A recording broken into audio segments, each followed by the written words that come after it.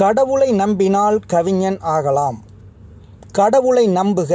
கடவுளை பற்றிய கவிதைகளெல்லாம் கற்றுத் தேறுக. நடமிடும் தெய்வம் ராமனின் காதை, நட்பாரதத்து நன்னெறி யாவும் ஆய்ந்து படித்து அறிக பொருள்களை.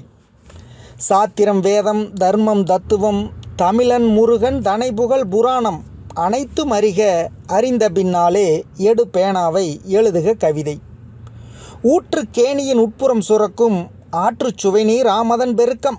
நாத்திக கூடு நரிக்கு மட்டுமே. நாலாபுறமும் நாட்கரம் விரித்து மேலும் கீழும் விண்ணையும் மண்ணையும் ஆழ அளந்து அள்ளி தெளிந்து ஜனனம் பற்றிய தத்துவம் எழுதுக.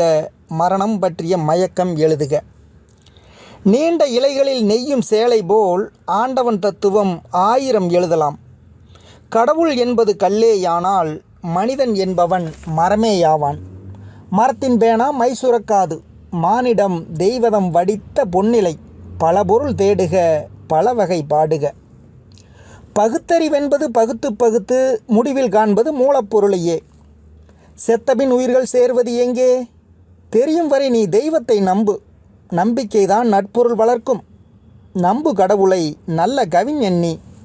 பல்பொருள் அறிந்த பாவலர் சில்லோர் சில்பொருள் மட்டுமே தேறியதெதனால்.